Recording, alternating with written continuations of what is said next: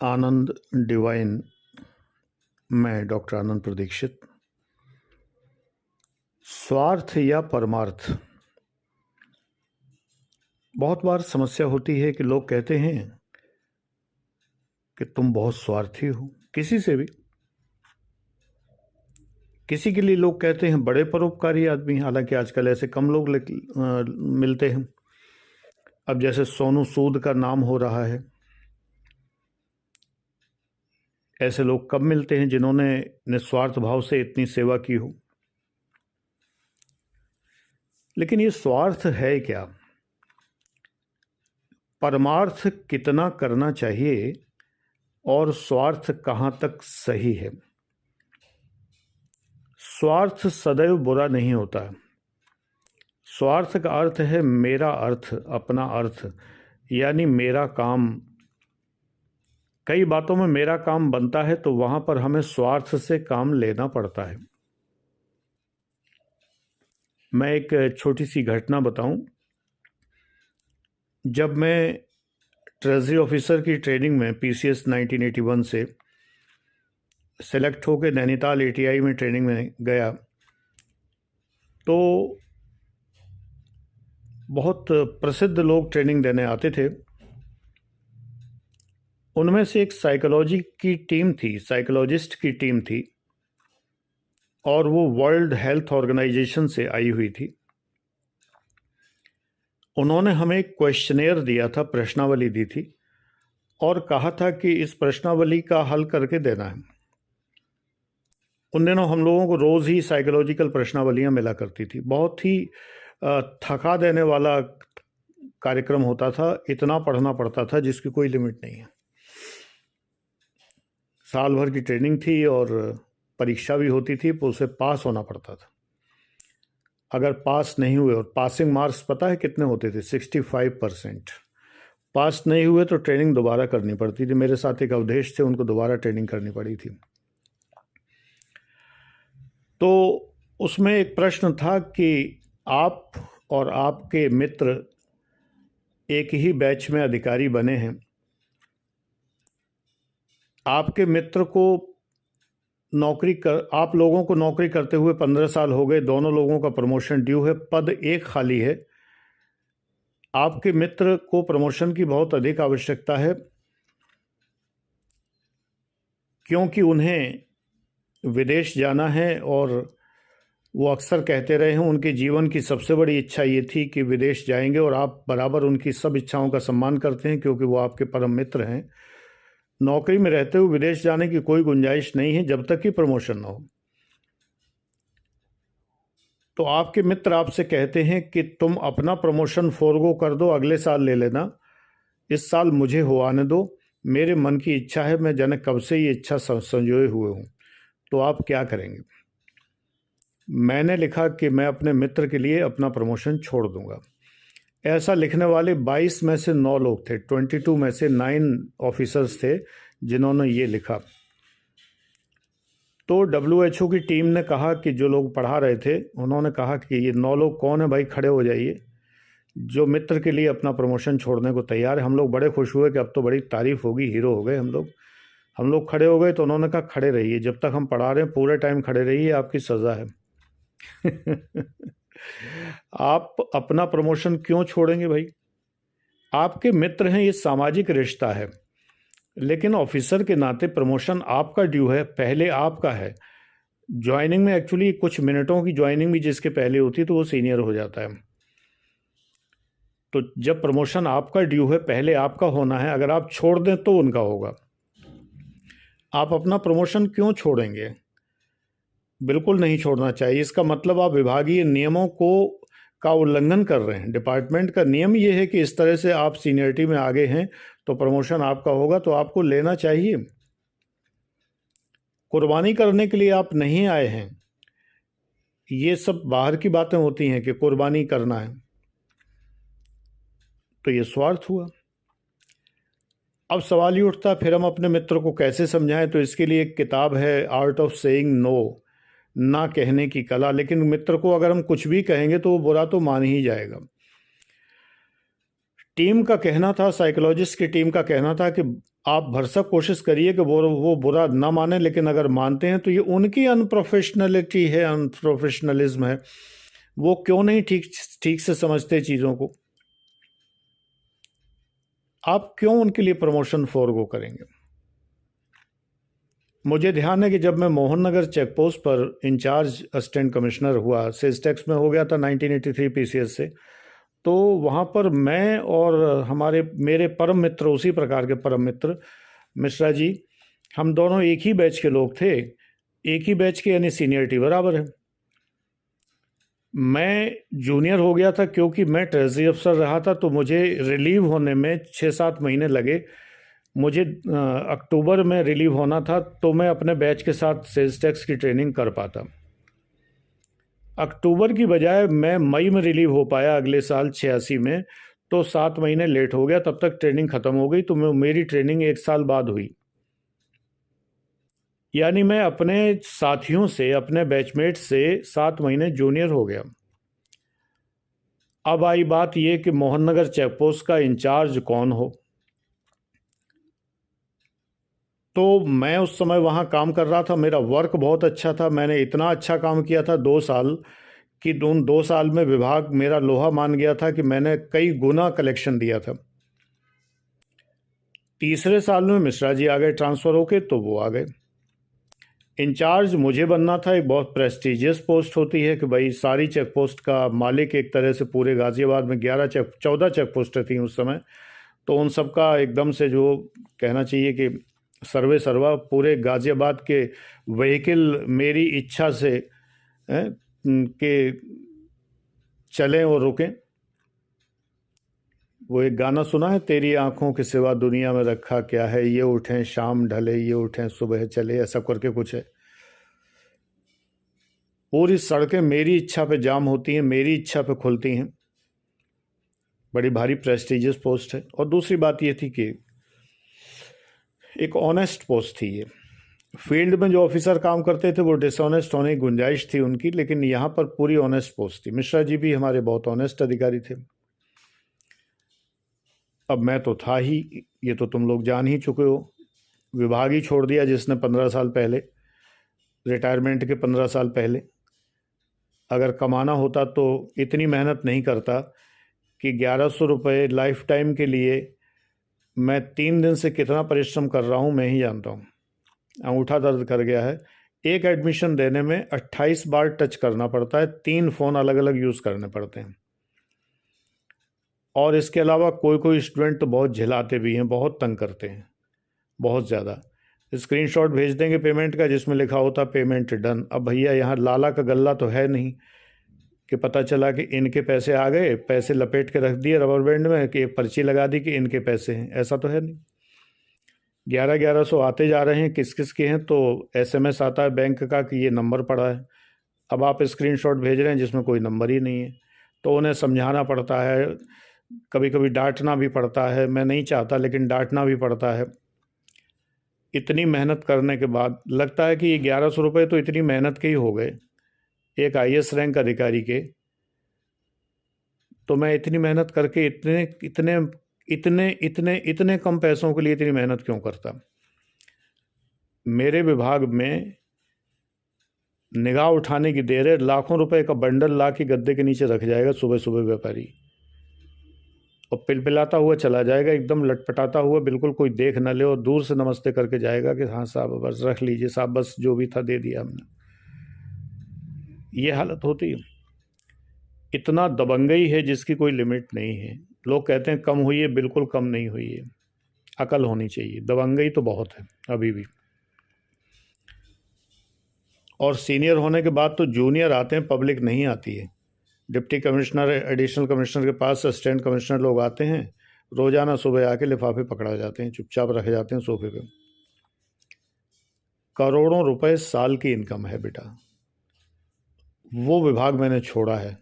करोड़ों, प्रैक्टिकली बता रहा हूँ, करोड़ों रुपए साल की, लाखों रुपए महीने की, वो विभाग छोड़ा है। और इतना परिश्रम मैं 67 की एज में कर रहा हूँ, तो कोई तो ईमानदारी का कीड़ा काटा ही होगा। तो मुख्य बात यह है कि वहाँ पर बात ईमानदारी बेईमानी की थी नहीं, जूनियरिटी सीनियरिटी की थी। मिश्रा जी ने हमसे कहा, परम मित्र थे, बड़े भाई जैसे। मिश्रा जी बोले कि मैं देर से ज्वाइन कर लूँगा, तुम इंचार्ज हो जाओ, फिर मैं ज्वाइन कर लूँगा आके। ट्रांसफ़र होना था उनका, उसके पहले मुझे उस पोस्ट पे आना था। बोले वैसे तो मैं आ गया हूँ, गाज़ियाबाद में होटल में रुका हुआ हूँ,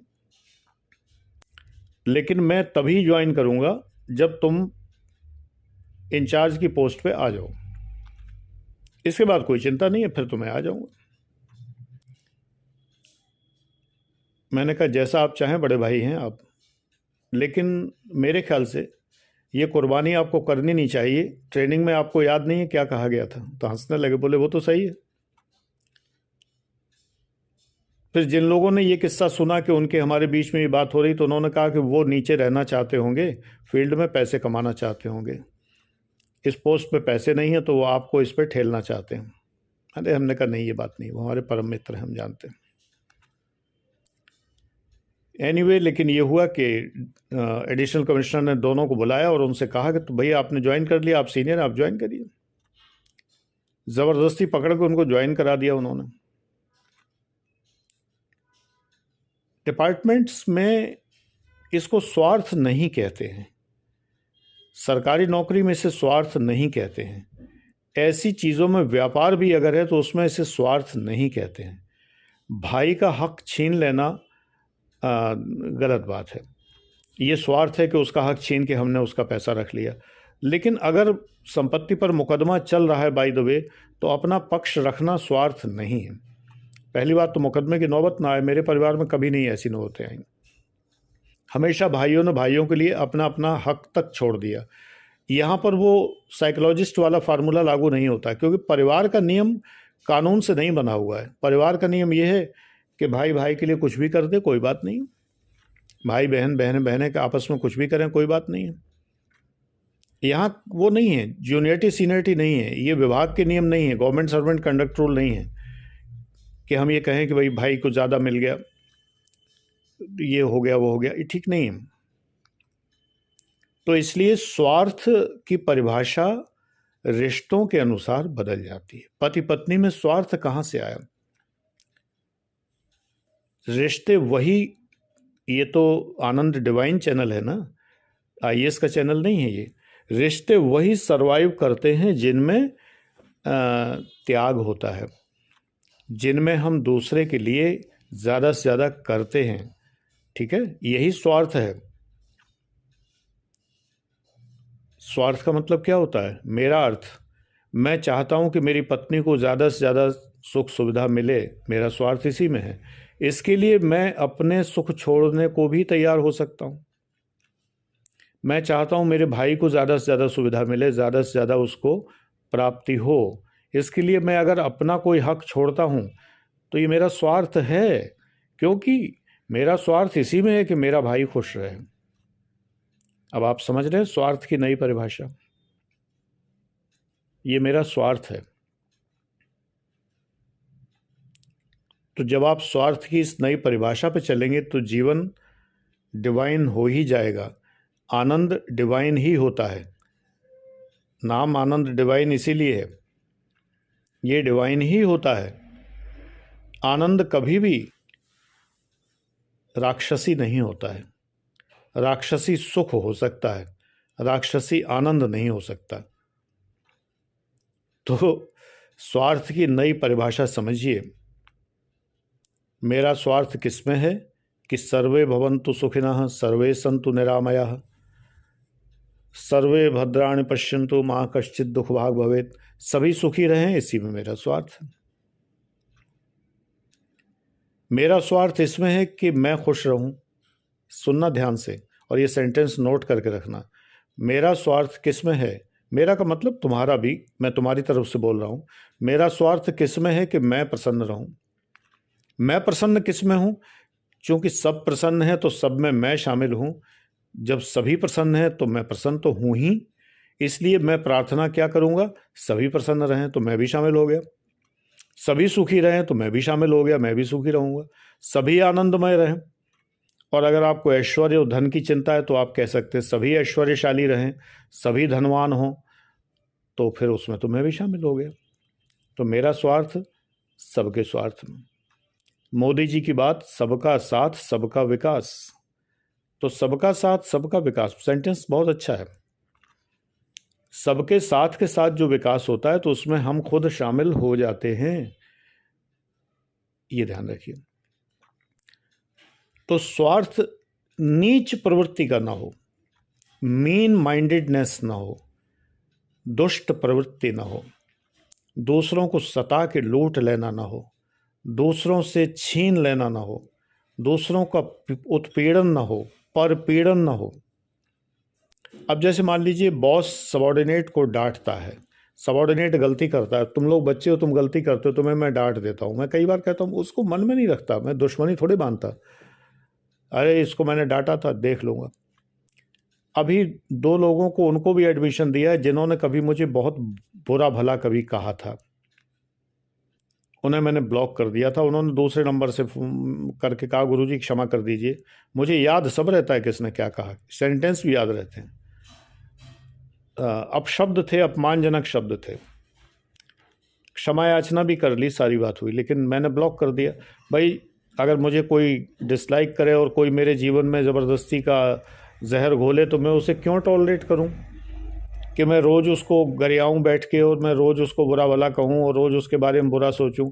बस ईश्वर से प्रार्थना करता हूं उसको सद्बुद्धि दे, और ब्लॉक कर दिया।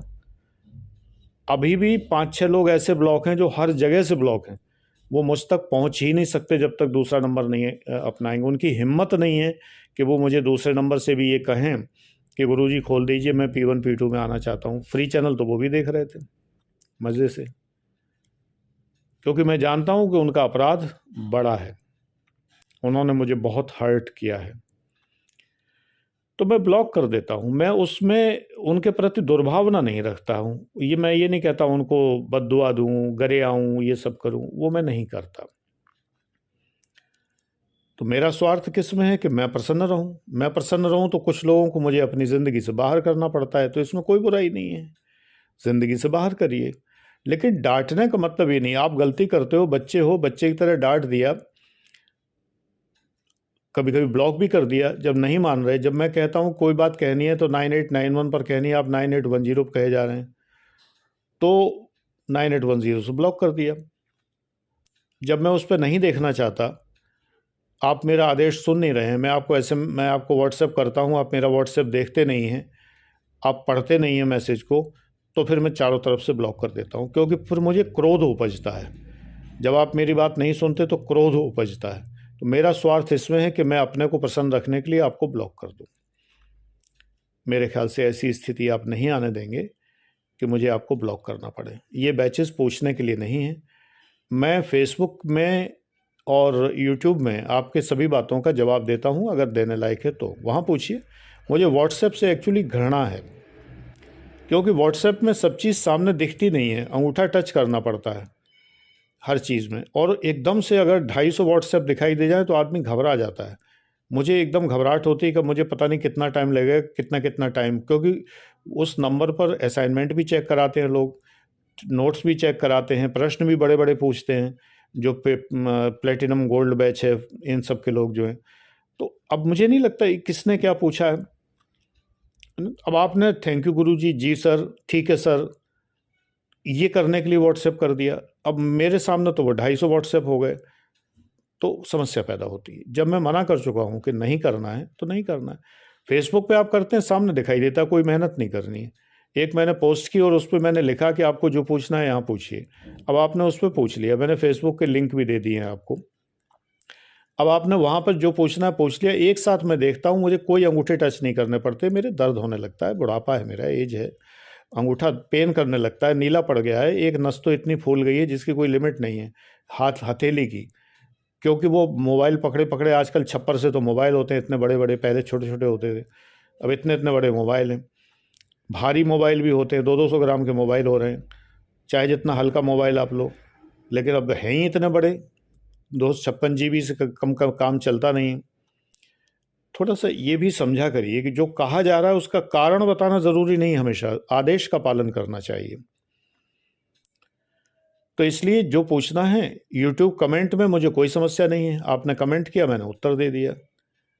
आपने सजेशन दिया, मैंने देख लिया, है ना। अब आप सीधे गुरुजी इस पे वीडियो बना दीजिए। अब मैं व्हाट्सएप खोल रहा हूँ तो आपका ये इस पे वीडियो बना दीजिए, ये वाला सजेशन मिल रहा है। Please do not do this. ये सब करना है तो यूट्यूब पर फ्री वीडियोस में डालता ही रहूँगा बीच बीच में, वहाँ पर जो कहना है कह दीजिए, कोई समस्या थोड़े है। लेकिन मैं व्हाट्सएप पसंद नहीं करता। व्हाट्सएप बिल्कुल प्रोफेशनल है। 9891 बहुत इमरजेंसी के लिए मैंने टॉपिक भी बता दिए कि अगर इन चीज़ों पर पूछना है तो ही पूछना है, नहीं तो नहीं पूछना है। और मैंने ये भी बता दिया है कि 9540497415 सिर्फ एडमिशन के लिए। आपको किसी अन्य बैच में एडमिशन लिया तो पूछताछ जो है 95 40 49 74 15 पर करनी है। और बाकी चीज़ों के लिए 9891 9810257742 किसी काम के लिए नहीं यूज़ करना है, किसी भी काम के लिए। और आदेशों की अवहेलना करने वाले थोड़े बहुत नहीं, सैकड़ों में। बेटा हज़ारों छात्र हैं मेरे, 22 साल से पढ़ा रहा हूँ। सैकड़ों लोग इन आदेशों की अवहेलना करते हैं। सोचो कितना क्रोध आता होगा। तो जब ये अवहेलना बढ़ जाती है मैं उन्हें ब्लॉक कर देता हूँ। हाँ, ये स्वार्थ तो मुझे करना पड़ता है। भाई आपको कोई हक नहीं कि आप मुझे हर्ट करें, आप मुझे तकलीफ़ पहुँचाएँ, आप मेरे आदेश न सुनें, आप मेरे मैसेजेस न सुनें जो मैं टाइप करता हूँ, आंखें निपोर के, चश्मा उतार के, मोबाइल में आंखें गड़ा के, जैसे तैसे टाइप करके। टाइपिंग के टूल्स भी इतने ख़राब हो गए हैं जिसकी कोई लिमिट नहीं है, बदलते ही रहते हैं रोज़ाना। आजकल जी बोर्ड आ गया ज़बरदस्ती का, पहले वाला आदत पड़ी तो जी बोर्ड आ गया। आईफोन में तो टाइप करना बहुत ही अजीब है, हिंदी टाइप करना तो बहुत ही अजीब है। कुछ बता ही नहीं सकते कि क्या है क्या नहीं है। मतलब उसकी गाथा कहेंगे तो 20 मिनट का वीडियो और बन जाएगा। इसलिए ध्यान रखिए इन चीज़ों का। ये चीज़ें जब बताई जाएंगी तो आपके 15 मिनट में से नहीं बताई जाएंगी। 15 मिनट का तो टॉपिक होगा ही होगा, लेकिन उसके आगे पीछे जो है ये बातें भी करनी ज़रूरी होती हैं। Thank you.